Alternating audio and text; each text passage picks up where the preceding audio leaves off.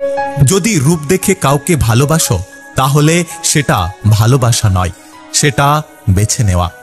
যদি কারো দেহ দেখে কাউকে ভালোবাসো তাহলে সেটা ভালোবাসা নয়, সেটা লালসা।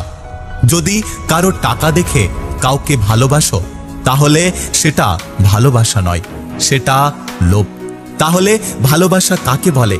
যদি কারো মন দেখে কাউকে ভালোবাসো তাহলে সেটাই হলো ভালোবাসা।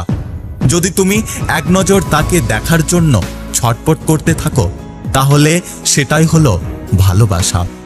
সময় তোমাকে ধন্যবাদ কিছু পরিচিত মানুষের অপরিচিত চেহারা দেখানোর জন্য।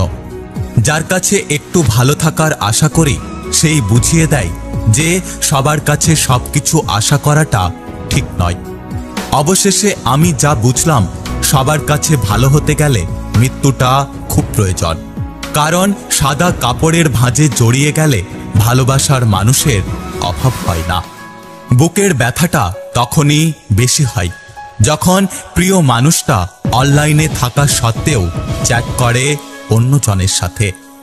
জবাব তো প্রত্যেকটা কথারই দিতে পারা যায়, কিন্তু যে সম্পর্কের গুরুত্ব বোঝে না সে আবার শব্দের গুরুত্ব কি করে বুঝবে? পৃথিবীতে সব কষ্ট মেনে নেওয়া যায়, শুধু মেনে নেওয়া যায় না ভালোবাসার মানুষের অবহেলা। আমি এমন একজন মানুষ যার আবেগ এবং ইচ্ছের কোনো দাম নেই। যেখানে মর্যাদা নেই সেখানে না থাকাই ভালো, সেটা কারো বাড়ি হোক বা কারো হৃদয়। মানুষ হারিয়ে গেলে খুঁজে পাওয়া যায়, কিন্তু বদলে গেলে আর কখনো ফিরে পাওয়া যায় না।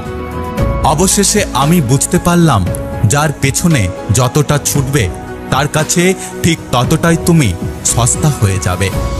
ওপরে ওপরে সবাই ভালোবাসা দেখায়, কিন্তু ভেতরে ভেতরে সবাই আগে নিজের স্বার্থের দিকে তাকায়।